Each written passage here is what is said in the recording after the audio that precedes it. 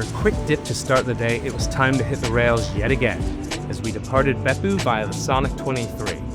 But before our Shinkansen, a quick stop at 7-Eleven was in order to collect tickets for this evening's entertainment. Before long, we were back on the bullet train and on our way to Osaka. And of course, we had to have some Shinkan snacks for the journey. Luckily, beyond collecting tickets, the 7-Eleven also provided another opportunity to pick up an egg sando for the hour and 10-minute journey between Kyocera Station and Shin Osaka. Yamamoto.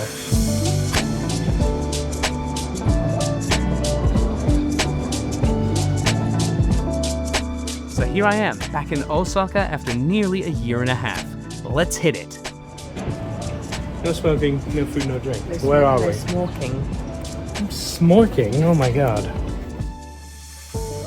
We've made it to Osaka. We have. Okay. It's warm.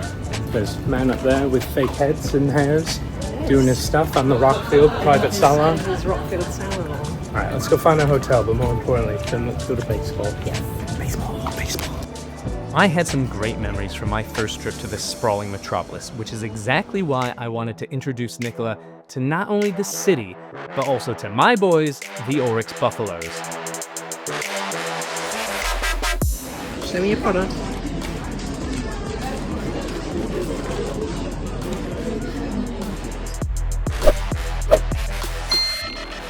And while during my first trip to Osaka, we managed to catch a preseason game, the goal from then on has always been to make it back for regular season baseball.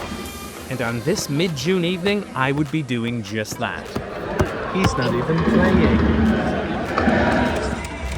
And the game itself was actually pretty entertaining, especially as mid-season baseball goes, because it doesn't have the best reputation.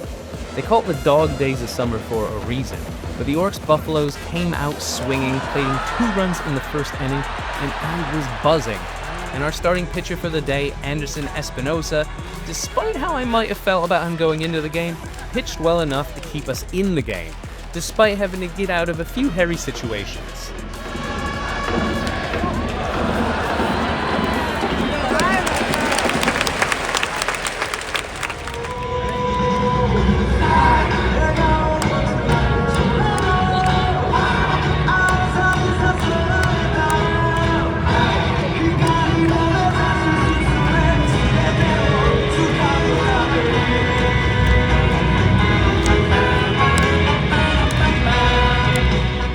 Hyped up now after hearing the stadium cheer on the team with their 7th inning rendition of Sky, the game was entering its final stages, and no amount of enoki mushrooms could calm the crowd down as the Buffaloes called on their closer to put the game to bed, Andres Machado.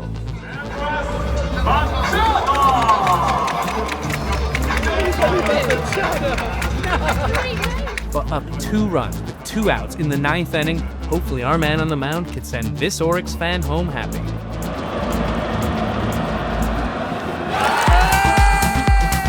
Job done, and the party at the Kyocera Dome was just getting started. How you get the win? I mean, seriously, the post-game celebrations for a regular season baseball game in Japan were a spectacle all their own.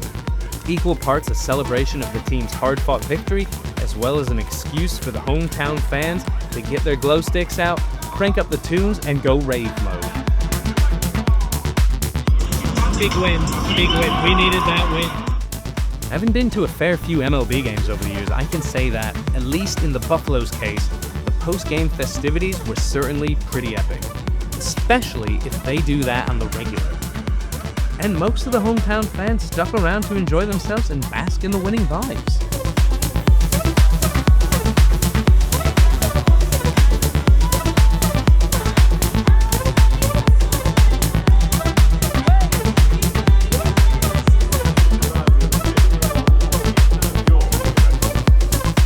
Great feelings. Needed that win. Got the win. Lost yesterday. Got the win today. Climbing back up those standings. Go Orix. The Buffaloes. Orix, Espinosa, go he came through. Machado, he came through. 2 people I had little to no faith in, and yet they came through. The old man who sat next to us, MVP. The ladies that sat next to us, they didn't really bring much to the table.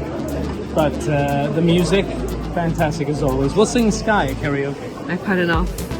And while we might not be returning to this Osaka-based arena to see the Buffaloes this time out, that doesn't mean we're done with Orix this trip. We call that a teaser. But for now, it's back to the Dotonbori area of Osaka as Nichola was set to get her first taste of the wild nightlife that this city has to offer. This is a bit chaotic. Cheesing buttery aromas. Cheesy buttery aromas, lots of people, lots of chaos. And of course, with a few baseball beers inside me, I decided to take on the role of tour guide, as obviously my one trip back here in 2024 made me an expert. Or not. So the famous thing, that's the Glyco Man.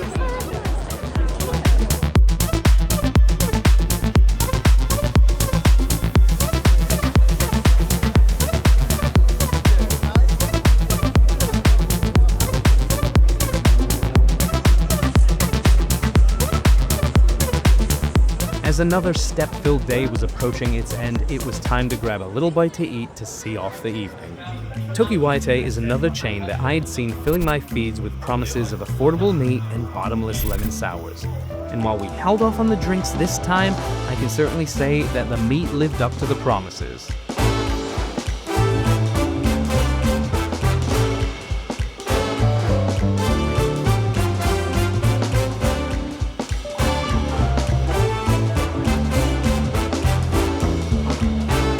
And look, I can admit, my grilling form could use a little bit of work, but the prices and quality of the food here make this chain one to not miss.